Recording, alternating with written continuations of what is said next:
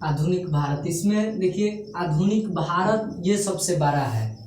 ये आज जैसे इतिहास 3 भाग में बांट दिया गया, प्राग इतिहास, मध्य आदि इतिहास और ऐतिहासिक इतिहास, ये 3 इतिहास हो गए। तो हमने प्राग इतिहास में क्या देख लिया, पाषाण काल को। आदि इतिहास में क्या देख लिया, सिंधु घाटी सभ्यता, और सिंधु घाटी सभ्यता से रिलेटेड जितने भी टॉपिक हैं उसको देख लिए।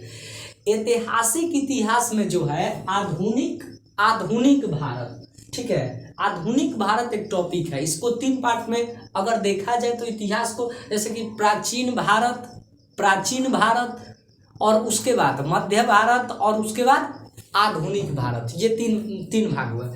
आधुनिक भारत में जो होता है हमारा, इसमें जो सबसे यूरोपीय कंपनियों का आगमन, इसमें पहला टॉपिक हमारा होता है यूरोपीय कंपनियों का आगमन। अगर हम इसमें देखें यूरोपीय कंपनियों के आगमन में,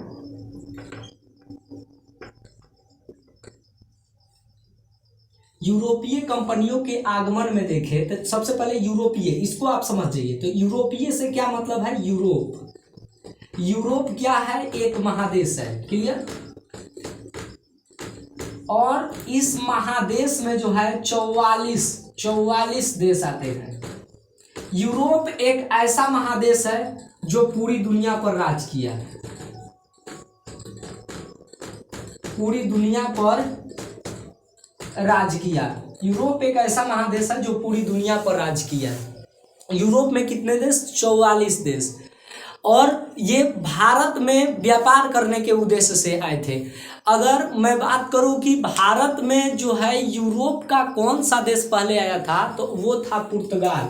यूरोप का पहला ऐसा देश जो 1498 ईस्वी में जो है, 1498 ईस्वी में प्रथम पुर्तगाली कंपनियों का आगमन 1498 ईस्वी में, है ना। प्रश्न यहां पर आप एक ध्यान में रखिएगा कि पुर्तगाल सबसे पहले आया और सबसे बाद में गया 1961, याद रखिएगा।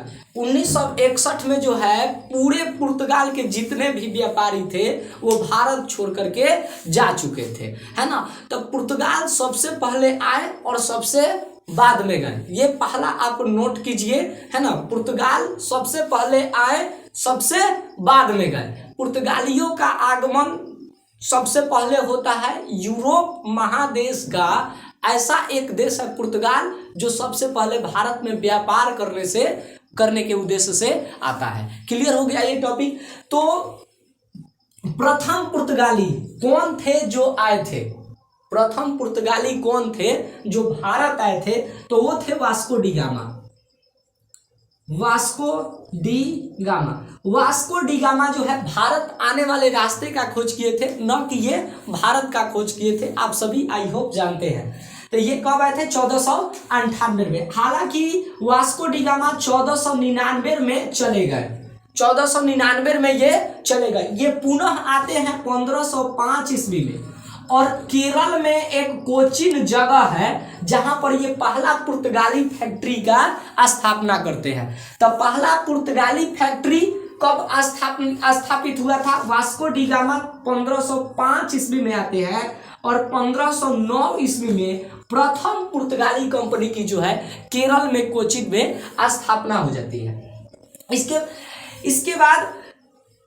इसके बाद आता है, ये तो पहला हो गया कि पुर्तगालियों का आगमन। सबसे पहले कौन आते हैं, पुर्तगाल के लोग आते हैं। क्लियर हुआ बात। सबसे पहले कौन आते हैं, पुर्तगाल के लोग आते हैं, पुर्तगाल के लोग। दूसरे अगर बात किया जाए तो 2 नंबर पे डच के लोग आते हैं। डचों का आगमन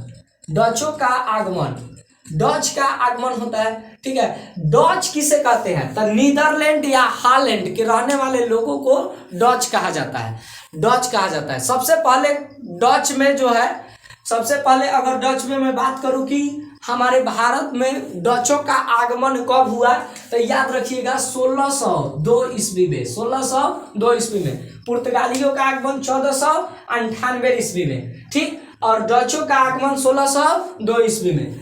पुर्तगाली सबसे पहले 1498 ईस्वी में आए और सबसे बाद 1961 ईस्वी में ये गए, सबसे बाद में गए।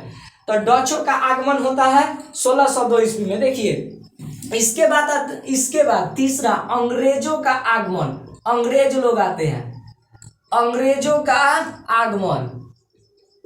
तो अंग्रेजों का आगमन कब, अंग्रेज कब आते हैं? तो डच के रहने में एक जगह है बोदेरा का युद्ध हुआ था। तो इस बोदेरा के युद्ध में जो है डच लोग हार गए थे अंग्रेज से, और 1695 ईस्वी में जो है अंग्रेज ने डचों को भारत से भगा दिया, पूर्ण रूप से भगा दिया। और उसके बाद धीरे धीरे हमारे भारत पर जो है धीरे धीरे जो है शासन करने लगे। अगर पहले अंग्रेजी सैनिक की बात करें तो वो जहांगीर के दरबार में आया था। वो कब आया था? तो 1609 ईस्वी में। उसका नाम था हाफिज। उसका नाम क्या था? हाफिज।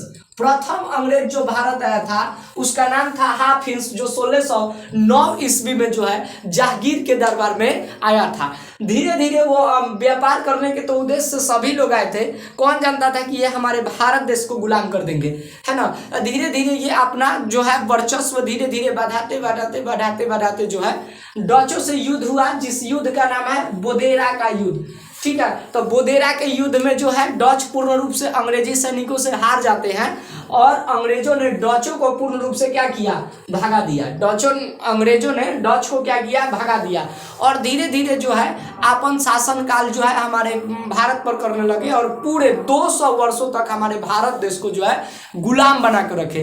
तो देखिए आधुनिक भारत की अगर मैं बात करूं तो यूरोपीय कंपनियों के आगमन में सबसे पहला कंपनी जो है पुर्तगाल। तो पुर्तगाली ईस्ट इंडिया कंपनी की अगर मैं स्थापना की बात करूं तो 1498 ही माना जाता है। हालांकि ये लोग आ गए थे, तो वास्को डी गामा आया था। हालांकि ये 1415 ईस्वी में ही वापस चला गया, किंतु ये फिर से दोबारा 1505 ईस्वी में आया, और 1509 ईस्वी में केरल में कोची नामक जगह पर पहला पुर्तगाली अपना फैक्ट्री का जो है स्थापना किया था। फिर डचों का आगमन 1602 ईस्वी में होता है। फिर अंग्रेजों का आगमन जो है 1609 ईस्वी में हो जाता है। प्रथम अंग्रेज जो आए थे हाफिज थे, जो जहांगीर के दरबार में आए थे। इसके बाद जो है चौथे नंबर पर फ्रांसीसियों का आगमन होता है। फ्रांसीसी और अंग्रेज लोग जो कि आपस में घनिष्ठ मित्रता के साथ रहते थे, जैसे ही फ्रांस का आगमन हो जाता है वैसे ही हमारा जो है पूरा भारत पर संकट का पूरा बादल छा जाता है। फ्रांस के लोग आते हैं, तो फ्रांस और अंग्रेजी सैनिक दोनों मिल करके जो है पूर्ण रूप से, उसके बाद ब्रिटिश का आगमन हो जाता है। ये सभी लोग आकर के पूर्ण रूप से भारत को क्या कर लेते हैं? गुलाम कर लेते हैं। तो इस वीडियो के अंतर्गत सिर्फ हम ये देखें कि कौन कौन से कंपनियां हमारे भारत देश में यूरोपीय कंपनियों का आगमन हुआ, जिसमें हम पहला देखें कि पुर्तगाल का आगमन, फिर डचों का आगमन, फिर अंग्रेजी सैनिकों का आगमन, है ना, कब से कब हुआ ये सभी जान लीजिए। इसके बाद वाले वीडियो में हम लेकर आएंगे कि ये कैसे धीरे धीरे अंग्रेज लोग जो है हमारे भारत देश को गुलाम करते हैं और अपने कब्जे में सबको कर लेते हैं, और इससे प्रमुख राष्ट्रीय आंदोलन कौन कौन से हुए थे इसको भी लेकर आएंगे, जिससे जो है एग्जाम में आपके बार बार परीक्षा में क्वेश्चन पूछे जाते हैं।